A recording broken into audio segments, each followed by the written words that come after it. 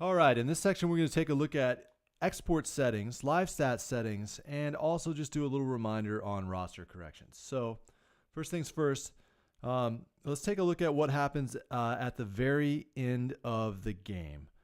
When the game has been selected and we're at final and we've made it all the way through, you have to make sure that the period is listed as F.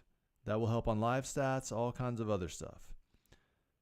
The export settings are in the top right corner here, and we want to make sure that it's stats crew XML and event list, and it's at the end of the game. We're going to hit send.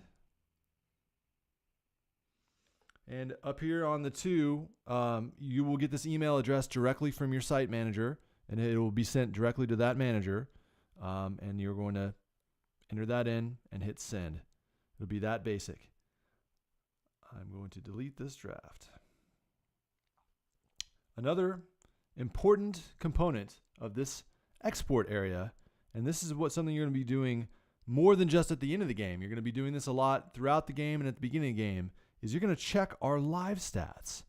Now, our live stats get uploaded every 30 seconds. Those are the settings. Every 30 seconds, this thing pushes to exposure.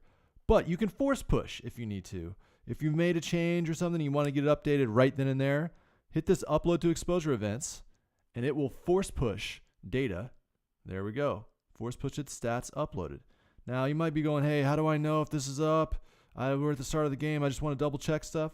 So let's just say, we got our rosters in. We're feeling good, getting ready to start the game. We got a little bit of time. We're going to go view live stats. And when we go to view live stats, it's going to bump us over to the exposure event page. Let me reload that.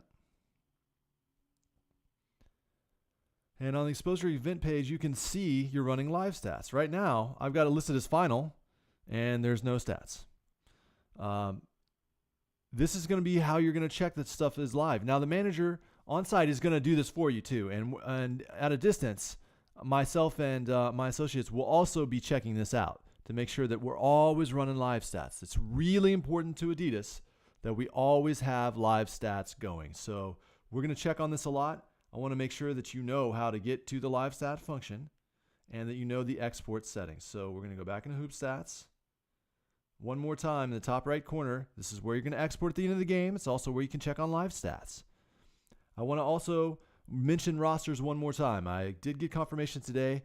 The great thing is we can always download these rosters, but Adidas, they're having a hard time making sure they're 100% right on that Friday. So just be ready that we have got to correct some rosters. After we download our rosters, we might have to make some changes on our team at the team level like we were talking about.